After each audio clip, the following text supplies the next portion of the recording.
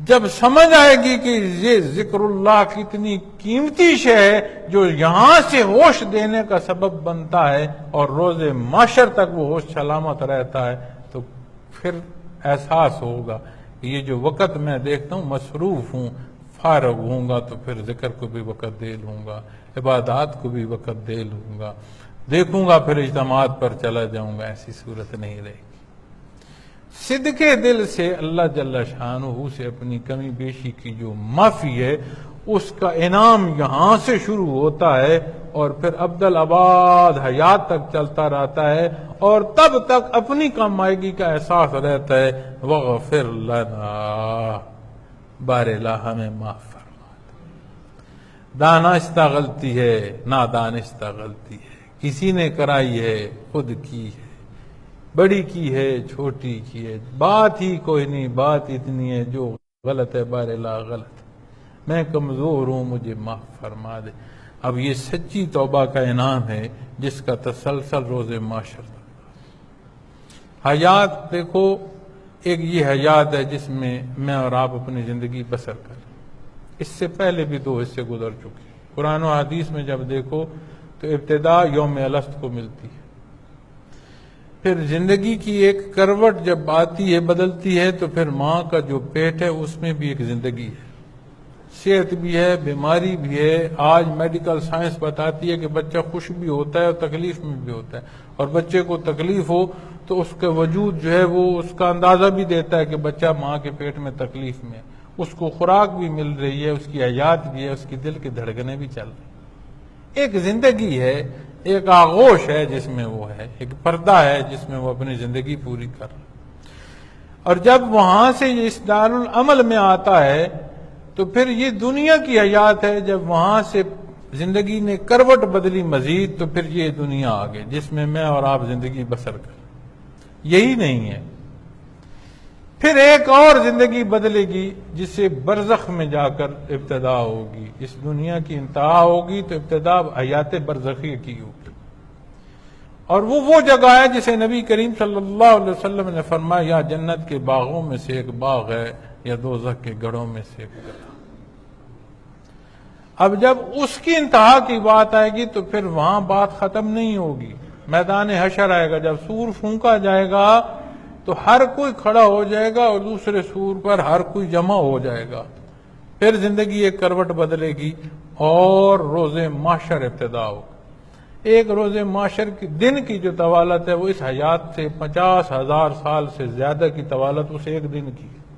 دیکھو نا، جس کو ماں کے یوم الست میں ہم کتنے رہے اللہ بہتر جانتے ہیں، ماں کے پیٹ کی جو زندگی ہے اس میں 9 ماہ لگ بھگ 9 ماہ رہا، ابتدان ہوش نہیں ہے، کچھ وقت کے بعد جا کر زندگی اس میں آئی، پھر وہ زندگی جو ماہنے ہیں وہ کتنے وہاں اس نے بسر کیے، الگ بات۔ پھر جب یہاں آئے، کسی کی 50 سال ہے، کسی کی 60 سال ہے، اور کسی کی ابتدا سے لے کر انتہا تک اس دنیا میں ہماری اوسط زندگی تو 50 سے بھی نیچے آ گئی۔ جتنی جس کی عمر پہ اللہ نے بنائی ہے اتنی اس نے پوری کر کے چلی گئے، اور اگر آپ آج کی اوسط 45 یا 50 سال کی زندگی کو 50,000 سال کے ساتھ موازنہ کر کے دیکھیں تو پھر سمجھ آئے گی کہ جو قرآن کریم فرما رہا ہے جب آخر میں گرفت ہوگی تو کفار کہیں گے ہم تو کتنے دن رہے ہیں، کچھ دن، 8 دن، 10 دن، چند دن، 1 دن، کچھ آدھا دن رہے ہیں۔ اللہ فرماتا ہے کاش تم سمجھتے، تم بہت ہی قلیل مدت وہاں رہے۔ اب جب اس ابتدا کی بات آئے گی، قیامت کے واقعات ہیں اور سارے حالات سے گزرنے کے بعد پھر جو زندگی آگے جو جا رہی ہے وہ ساری پھر عبدالآباد ہے، جو جہاں رہا، جتنا رہا، جس جگہ جس مقام پر رہا، یہ ایک الگ بحث اور الگ بات ہے، لیکن زندگی کے پہلو بتا رہا ہوں۔ اب اس بات پر جہاں بندے کو یہ ہوش سلامت ہو کہ اللہ کی بڑھائی بھی مان رہا ہو، اپنی کمائیگی بھی مان رہا ہو، اور جو کچھ عطا ہے اسی کی طرف سے مان رہا ہو، اس کے لیے یوم الست کی بھی بات نہیں ہوگی۔ نبی کریم صلی اللہ علیہ وسلم کی معیت میں تمام ارواح شہادت تھی اللہ کی ربوبیت۔ ماں کے پیٹ میں جو زندگی ہے اس کا سوال نہیں ہو،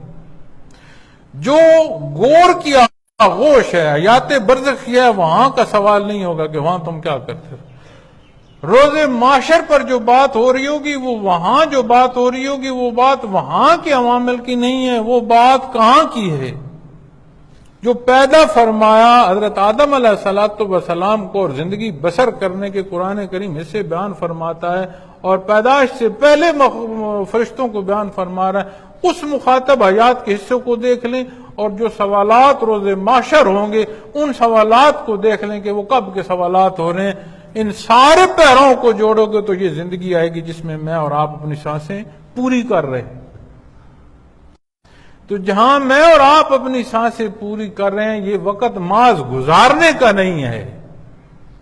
اللہ کریم ہوش عطا فرمائے، یہ وقت اتباع محمد الرسول اللہ صلی اللہ علیہ وسلم کا ہے، جس کے لیے پیدا کیے گئے اس کے نظار اس حیات پر ہے، جو سوال و جواب ہوں گے وہ اس حیات سے متعلق ہوں گے۔ یہاں توبہ نصیب ہو اور سچی توبہ نصیب ہو، صدق دل سے نصیب ہو، اور اس کی نشانی معاملات، اعمال اور کردار ہوں، یہ شہادتیں ہوں، پھر اسی تسلسل میں اس حیات کو اللہ جل شانہ حیات برزخی میں بدل دے، تو پھر یہ تسلسل وہ ہوگا کہ روز معاشر بھی یہ احساس رہے گا کہ اللہ جل شانہ اپنی عطا ہم پر اور فرما دے اور ہمیں معاف فرما دے۔ پھر آگے فرمایا انک علی کل شیء قدیر، بے شک آپ ہر چیز پر قادر، اس کی قدرت ہے اس لمحے بھی جس کو جو فیصلہ کر دے، جس کو جو عطا فرما دے، جس کو جتنا دے دے، وہ قادر ہے۔ اس کی قدرت پہلے بھی ہے، آج بھی ہے، تب بھی ہے، ابدل آباد ہے۔ جس طرح اللہ جل شانہ کی ذات لامحدود ہے، اسی طرح صفات باری تعالیٰ بھی لامحدود ہیں، انہیں کوئی حدود و قیود نہیں۔ اور اللہ جل شانہ کریم ہے، رحیم ہے، اس کے حضور ہمیشہ اپنی کمائیگی میں رہنا اور اپنی معافی کی طلب میں رہنا، اور اس سے بہتری کی جو اور ہدایت کے لیے جو طاقت ہے اور ہدایت کے لیے جو اسباب ہیں اس کا مانگتے رہنا۔ اللہ کریم ہمیں یہ توفیق عطا فرمائے۔ زندگی کے معاملات، مسائل، مشکلات، معاشروں، ممالک، آبادیوں کے زیر و بم رہتے ہیں، اللہ کریم ہمیں